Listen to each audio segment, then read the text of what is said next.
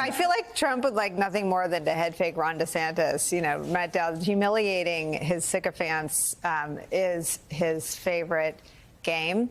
And now that 4 sources are out there saying talks with DeSantis are in their advanced stages, it does feel like this is treated as a shameful and unserious game on the part of Donald Trump. Yeah, and I mean, he likes to head fake and dump anybody in the grease as quickly as he can, and then, you know, he thinks that it shows his own sign of power by embarrassing people and causing people to grovel, and then, you know, slink away in the course of this. I mean, going back to our conversation, you know, this whole thing has become seedy, and just the way Donald Trump is putting these people and their families in the public eye, and then just basically backing away, and not that he won't defend them, because Donald Trump in the end only cares about himself, as we all know in the course of this. And so anybody that doesn't serve a purpose at some point, he's not going to stand full scale behind him, which is kind of amazing for a commander in chief and a Defense Department nominee, that you're not willing to stand behind. I mean, that kind of is a telling sign of Donald Trump. But I agree with what was said about that statement. To me, I've seen 100 of those statements, and the next statement you see is, I can't support this guy. That's usually the first one. We had a thorough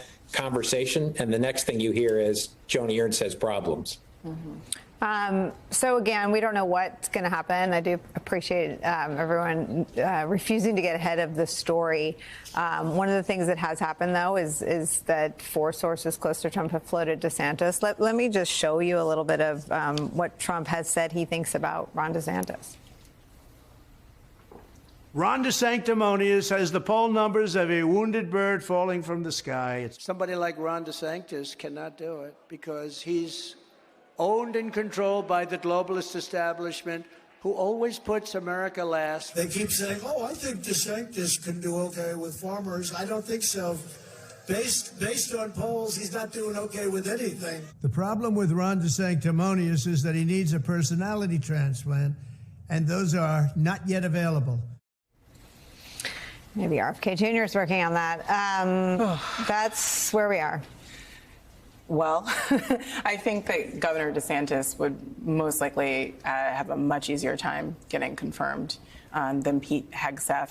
I'm glad I wasn't in the room when the governor had to do whatever groveling he had to do to even win back the favor of the president-elect. Well, he probably had to give Lara Trump. I mean, I know they don't play three-dimensional chess, but this one's kind of hanging right out there before our faces. Yeah, I mean, listen, obviously, you know, elections do have consequences, and they just there are other issues with Governor DeSantis, and it's not just that he happens to be more conservative than I am personally.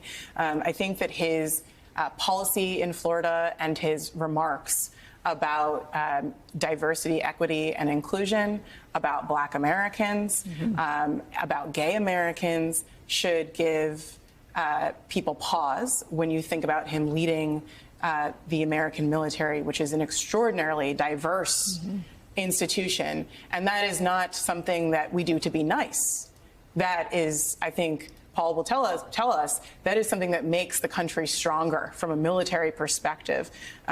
There's evidence behind that. And so I think, you know, some serious questions should be asked of Governor DeSantis about just how he intends to run the military from that perspective, especially. He is a veteran.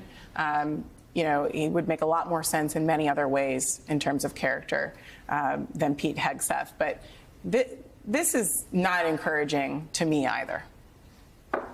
There's also kind of a diversionary tactic thing here, right? Like, Gates is out of the way. He was taking all the arrows and all the attention. Then they go down to Hegseth, right? If Hegseth goes out, maybe it's Tulsi Gabbard next. But in the meantime, he's doing things like nominating a very radical person for VA secretary. He's nominating someone to head the Navy who's never been in the Navy, right? An undersecretary of defense who's got conflicts of interest potentially with defense contractors and has also never saved in the Navy. So he's flooding the zone, and he's challenging the Democrats. He's challenging the media, and he's challenging the public to see if they can even keep track. And he knows the holidays are coming. And people want to check out. They're tired of watching the news, and he wants to press his advantage. So I think these next couple of weeks are really key. People are tired. People are frustrated. Many people are demoralized. But right now is when you need to stay most vigilant, because right now, arguably, Democrats have the most power and can still have the most influence, because the switch is going to flip big time on January 20th. Well, we're not tired. What should we be focused on? I mean, beyond the names. I mean, why didn't you put them in order for us? All of those. I mean, I think I just did. Yeah. I mean, I think, I talked about this earlier, but Collins at VA is equally radical. He's a pastor. He's a very religious guy. He's also very loyal to Trump. The fealty is really, I think, what we're getting in all these candidates. And they're kind of a 1-2 punch to tackle two of the biggest institutions and two of the biggest employers in America. So if you send two of these guys at the Department of Defense and the VA, you're talking about a massive piece of the federal government in terms of budget, in terms of personnel, and in terms of culture. So if I were him, I'd start with those two places too, and I'd put my guys there first and try to knock those down, because other things will be easier after that. I mean, this idea of shock and awe, Matt Dowd, is something Rachel Maddow and I talked about, I think the first week, the week of the election or the first week after. It is something that you would hope in year 9, I think I've been covering the Trump story for 9 years now, that we would be better at, that we would be less susceptible to shiny objects and shiny balls. I feel, and I fret, and I'll fret publicly on live TV, that we're not much better at it than we were 9 years ago. What do you think? Well, I think we're not much better, and the Democratic Party is not much better, but I think actually Donald Trump has gotten better at flooding the zone. I think he did it a little bit, and so it kind of was first confusing. And so let's say he, threw 3 or 4 wild balls out, and then people are trying to struggle with it. Now he's throwing 12, 14, 15, 20 at a time in this. And I think that's why I think it's important for us to focus on the here and now, and not the sort of the hyperbole of what could happen, what might happen, but the here and now, and take them as an importance at one at a time. I think that's the Justice Department, in my view, was key because of what could have been done with it to people all across the board, including people in the media who've been critical of Donald Trump.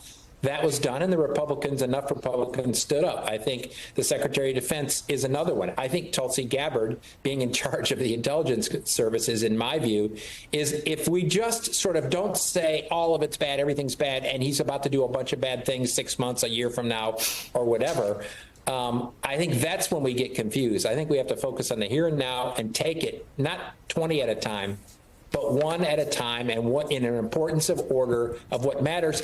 And allow us to believe that Donald Trump got elected president, and don't just oppose people just because Donald Trump nominates them. But if somebody is decent and they're conservative, more conservative, they may have different policy ideas. I think you have to limit your sort of critique to what really matters and to the really big problem in this, and take it in order.